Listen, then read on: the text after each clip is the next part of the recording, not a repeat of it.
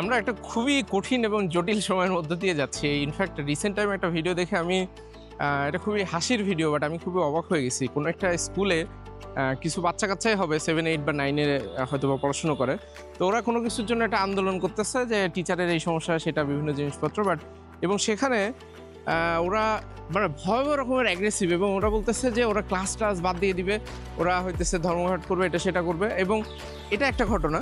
এর পরবর্তীতে আরেকটা যেটা দেখলাম সেটা হচ্ছে একটা ছোট্ট বাচ্চা, মানে হয়তো কি 4-5 এ পড়ে।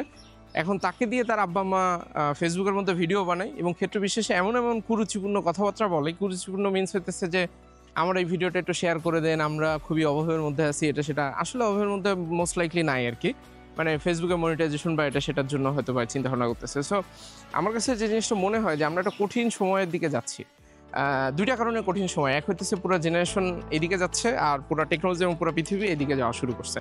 সো এইদিকে বলতে আমি যেটা বোঝানোর চেষ্টা করতেছি, রিসেন্ট টাইমে হয়তোবা অনেকেই শুনছে যে প্রোগ্রামিং কি করার কোনো প্রয়োজনীয়তা আছে কিনা, বা প্রোগ্রামিং করে কি লাভ, বা এটা এখন ফিউচার কোন দিকে যাচ্ছে, এটা সেটা বিভিন্ন আনপ্রেডিক্টেবল সিচুয়েশন। কিন্তু পুরো পৃথিবীটা এখন যেদিকে যাচ্ছে, আমাদের সবারই মানে ইচ অ্যান্ড এভরি পার্সনের কম বেশি প্রোগ্রামিং সম্পর্কে ABCD নলেজ থাকা উচিত। কারণ সব কিছুর ভিতরে এখন টেকনোলজি ঢুকে যাচ্ছে। তো সেখানে আমি যদি প্রোগ্রামিং সম্পর্কে আমার একটা রিজনেবল ধারণা থাকে, তখন কিন্তু আমার সামনের দিকে আগানো আমার জন্য খুবই সহজ হয়ে যাবে। যেমন ম্যাথ, ইংরেজি, বাংলা এই টাইপের সাবজেক্ট কিন্তু মোটামুটি কম্পালসারি সবার জন্য।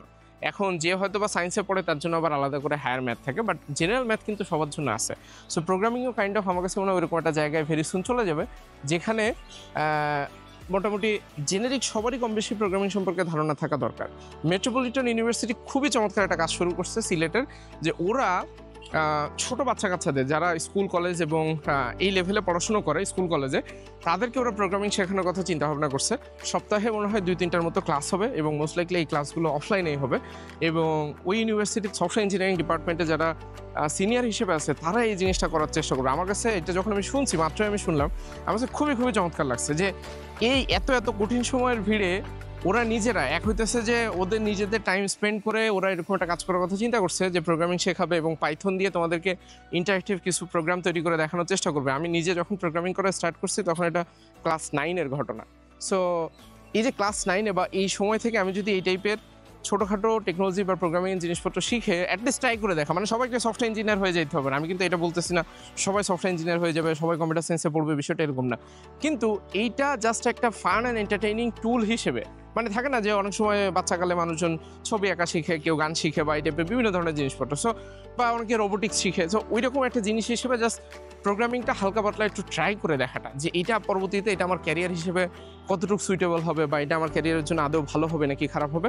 সো এইটা রেজিস্ট্রেশন করার যাবতীয় ডিটেলস এবং তথ্য ডেসক্রিপশনের ভিতরে দেওয়া থাকবে। লাস্টে একটা জিনিস বলি, ওরা এটা প্রথমে শেখাবে, শেখানোর পর একটা কন্টেস্ট হবে। সেই কন্টেস্টে যদি তুমি ভালো করো, তাহলে 25,000 টাকার মতো একটা প্রাইজ মানি আছে। আমার কাছে মনে হয় প্রাইজ মানিটা মূল বিষয় না, বিষয়টা হচ্ছে এই ছোট্ট একটা ট্রেনিং এবং ছোট্ট একটা কন্টেস্টের মধ্য দিয়ে যদি তোমার লাইফে একটা ইন্টারেস্টিং জায়গা তুমি খুঁজে পাও, তোমার যদি মনে হয় যে না প্রোগ্রামিং জিনিসটা তো আমার জন্য খুবই খুবই মজার এবং এটাই তো আমি চাই, তখন কিন্তু তোমার জন্য একটা লাইফ চেঞ্জিং জিনিস হয়ে যাবে। মানে এই 25,000 টাকা হয়তো বা টপ 1, 2, 3 এই 3 জন পাবে, কিন্তু এটার বাইরে যেও হয়তো বা তোমার ভিতরে একটা খুবই ইন্টারেস্ট ঢুকে যাইতে পারে যে ভাই প্রোগ্রামিংয়ের জিনিসটা একটু চেখে দেখি কী অবস্থা। এবং প্রোগ্রামিং রিলেটেড বিশেষ করে পাইথন দিয়ে ছোট ছোট প্রোগ্রাম কীভাবে ইন্টারেক্টিভ ওয়েতে বানানো যায়, তোমরা সবাই হয়তো বা ঝঙ্কার ভাইয়ের নাম শুনছো। ঝঙ্কার ভাইয়ের চ্যানেলের লিঙ্ক আমাদের এই ভিডিও কমেন্ট সেকশনে দেওয়া থাকবে, সেখানে অনেকগুলো পাইথনের ছোট ছোট প্রোগ্রাম দেওয়া আছে, সেগুলো তোমরা আস্তে আস্তে ট্রাই করে দেখতে পারো যে ভাই দেখি তো পাইথন দিয়ে ছোটোখাটো প্রোগ্রাম লিখে কেমন লাগে। আর মেট্রোপলিটন ইউনিভার্সিটির সফটওয়্যার ইঞ্জিনিয়ারিং, ওদেরকে অনেক অনেক ধন্যবাদ যে ওরা এরকম একটা ইনিশিয়েটিভ নিছে। ইউনিভার্সিটিতে পড়ার পাশাপাশি ওরা নেক্সট জেনারেশন যারা আছে বা জুনিয়র যারা আছে তাদেরকে ওরা শেখানোর কথা চিন্তা করতেছে। এটা খুবই চমৎকার বিষয়। রেজিস্ট্রেশনের লিঙ্ক দেওয়া থাকলো, তোমরা দ্রুত রেজিস্ট্রেশন করে ফেলো, এবং এটার ক্লোজিং সেরিমনি যেদিন থাকবে সেদিন ইনশাল্লাহ আমি সিলেটে আসবো, ততদিন পর্যন্ত যদি উপরওয়ালা বাঁচায় রাখে। সো তোমাদের সবার জন্য শুভকামনা থাকলো। আশা করি এই কঠিন সময়ের ভিতর দিয়ে তুমি তোমার লাইফের একটা ইন্টারেস্টিং জায়গা তুমি খুঁজে বের করতে পারো, যেটা দিয়ে তুমি ফিউচারে একটা ক্যারিয়ার তৈরি করতে পারো। আজকে এই পর্যন্তই, ধন্যবাদ।